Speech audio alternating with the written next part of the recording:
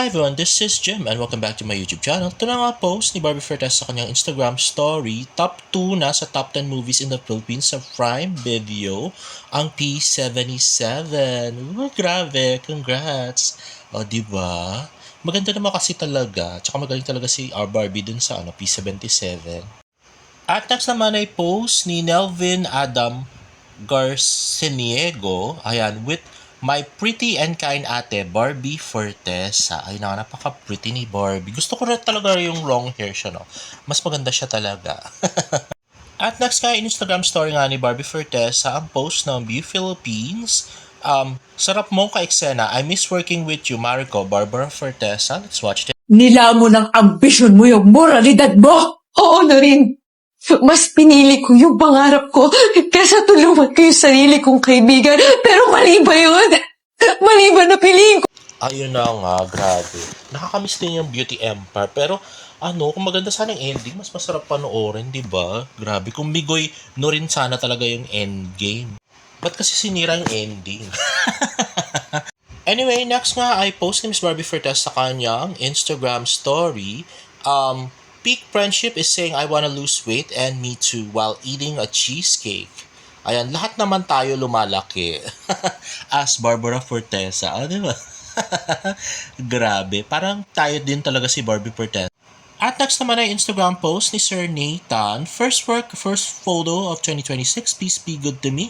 It's been a year trials, heartbreak. I almost gave up, but I always believe that things will eventually get better. Ayan na nga, Never Say Die taping ni David Licauco.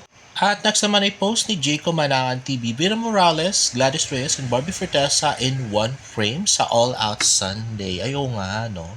Hello, it's great to be back here. Sabi ko po sa kayo mga kapuso.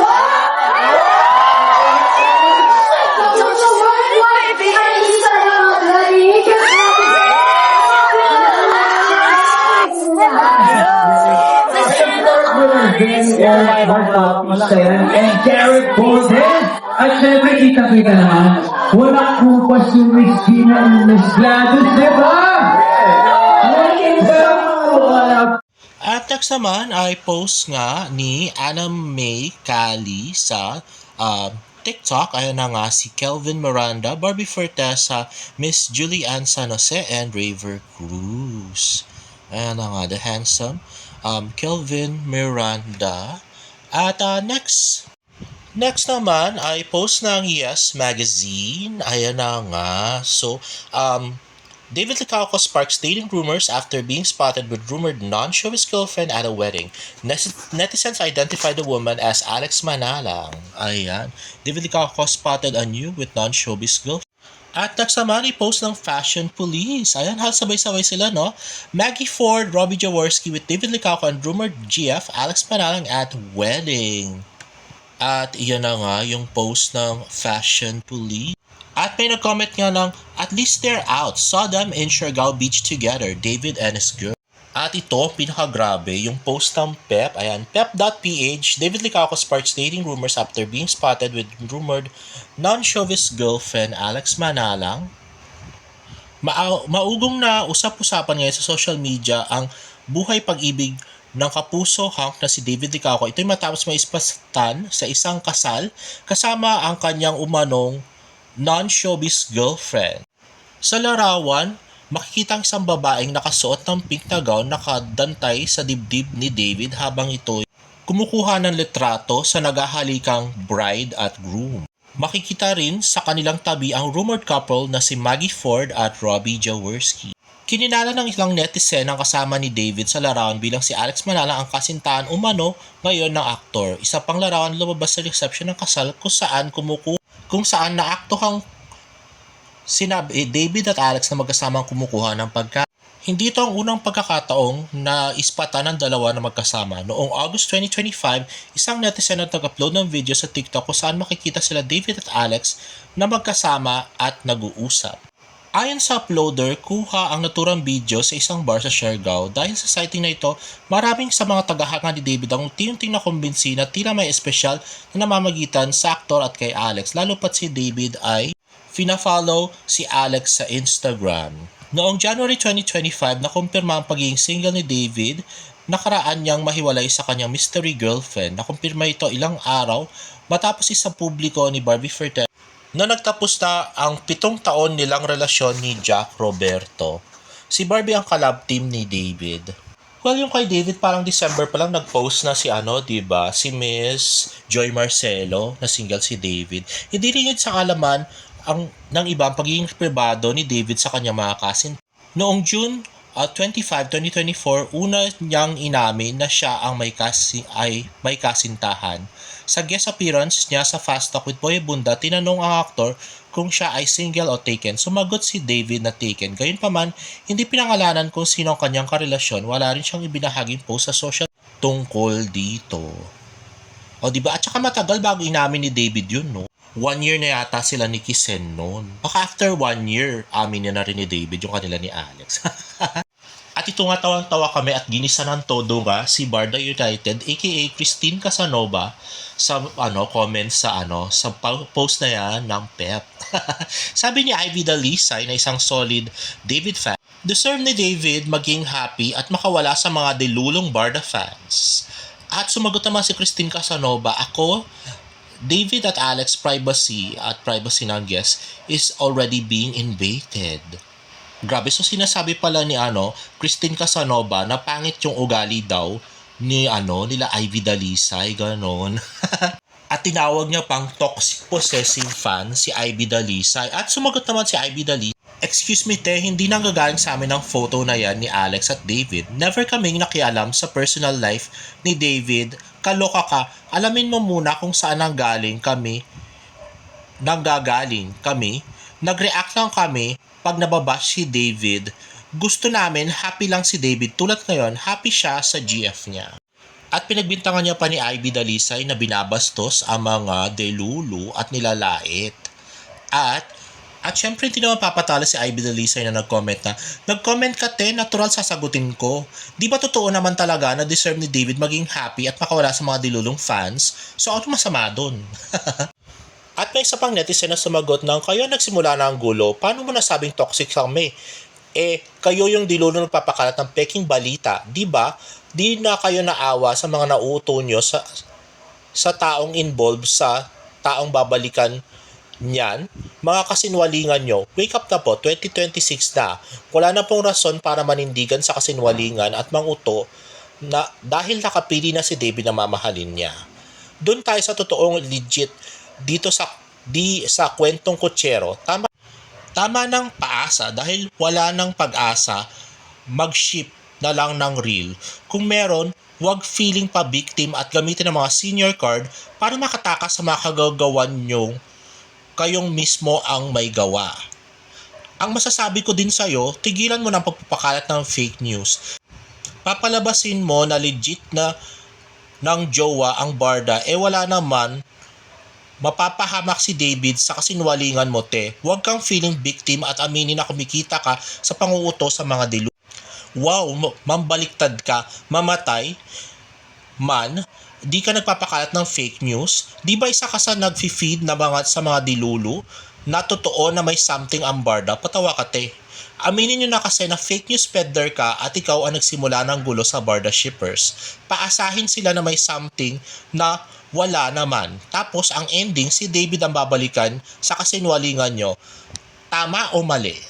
Grabe nga naman si Barda United. Ang kapal. Alam na alam. Halatang halata na fake yung magjowa yung pinapakalat nila magjowa yung Barda. Pero talagang i-defend pa, ilulusot pa. Katulad nga itong pinost niya, yung di daw jowa, si Barbie tsaka si David, yung magkaakbay, binabayaran sila dyan para maging sweet. Ito, jowa daw, diba? Tapos tawa-tawa siya dun sa background. Bakit si Alex at tsaka si David binabayaran para maging magkasama sa kasal? Diba hindi naman? At saka ang tagal-tagal na dun, no? Nung video na yun ni Barbie at tsaka ni David. Ilang buwan na yun, Teo? Mag-1 year na. Parang March pa yata yun, di ba? O January na. Wala nang video, di ba? Ang tagal na. At sabi rin ni Google, masama daw ang pagsisinwaling. Sabi niya, Why hiding the truth is usually harmful. It erodes relationships. Discovering a significant lie creates deeper sense of betrayal than the initial truth would have, often initiating grief process according to Facebook posts. Creates false reality. Hiding the truth manipulates the person and prevents genuine connection and problem solving.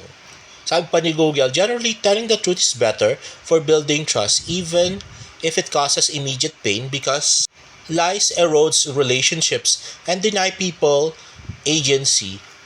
Ayun pa, hiding a significant truth leads to a bigger breach when discovered. Honesty allows for growth and informed decisions while deception creates false reality and deeper mistrust when revealed. Sorry guys, medyo barading irong ko. Ang pangit ko tuloy mag-English, nakakainis. Baka i-bash na naman ako ni KJ Abilino. Anyway, ito nga yung post ni Mags Ford. Ayan. So, si Alex Manalang at saka si Maggie Ford. At ito, may chismis pala. Alam nyo ba na si Maggie Ford at si Alex Manalang pala ay mag-roommate dati sa Melbourne? Oo daw. Kaya pala friends yan. At friend din nila yung kinasal. Actually, si Alex ang boyfriend do sa kinasal. Hindi si David Licauco. Kaya nga siya ginawang bridesmaid. Yun lang, si Maggie Ford kasi nauna. So, graduate na si Maggie Ford at loaded yung kinuha niya, guys. At next naman ay yung post. Alam ko yung Instagram post to ni David Licauco. Kaya lang hindi ko yata nakuha. Sorry, guys. Yun na nga. So, kaya pala nagaganito si David Licauco, yung workout na mga ganyan. Kasi pala, sasali pala si David Licauco sa High Rock sa 2026 sa Brisbane. Ngayong April nga daw yun, guys. At ayun nga, si Simon nga ay sumali na dati. Ang katim niya naman ay si Jean. Sabi, 8 kilometers, 8 stations, but more than just that, it's who you become when it gets hard. When your lungs are burning, when your legs feel like they're giving up, when every part of you wants to stop, you choose to keep on going. Here's the truth, training make you a better athlete. It makes you a stronger human being. Not everyone has the consistency, not everyone has the gift, not everyone stays when it gets uncomfortable. High Rocks isn't just a workout, it's a mirror. It shows who you really are. So let me ask you this, when it gets hard, who do you choose to be? Ayan nga post ni Simon, pinsan ni David, noong December 6, 2025. So hindi nga natin alam kung sino nga ang maging kapartner ni David sa High Rocks na to. Si Alex ba? Pero for sure kasama niya si Alex sa Australia noon, no? Siyempre, lalos na palapit na mag-graduate si Alex Manala. Uy, grabe guys, sunod-sunod, no? Tatlong legit na news sites ang nag-feature Pep, Fashion Police at Yes Magazine. Grabe. Ayun nga, nagre-research kasi yung mga yan. So, syempre ako, di ba, nung ako yung nagbunyag talaga nung kay Alex at saka kay David, talagang nilapag ko lahat yung mga evidences at kumpleto sila lahat. Kaya wala talagang makakaano sa akin, makaka-debunk. Kasi nga, nire-research din namin yan. So ngayon, yung Pep, yung Yes Magazine, at saka nga yung Fashion Police, syempre na-research din nila yan bago nila nilabas. Kaya nga ang tagal bago nila nilabas. Di ba, finiture ko na agad yan? Tapos, kailan lang nila nilabas? Di ba?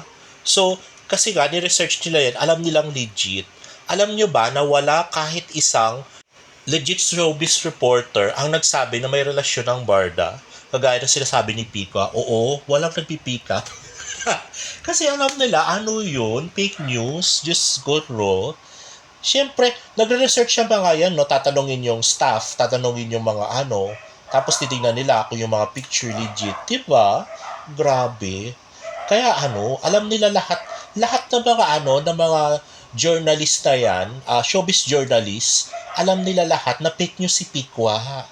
Kaya hindi nila kinukuha yung mga vlog ni Pikwa. Kaya ang mga kumukuha lang yung mga yung mga pulpul na vlogger, katulad nga ni ni KJ Abilino at saka nga ni Dar Eds, mga ganun lang yung kumukuha. Pero tapos si Barda United na isang pulpul na lang, na isang nagpo-post lang sa TikTok, 'di ba?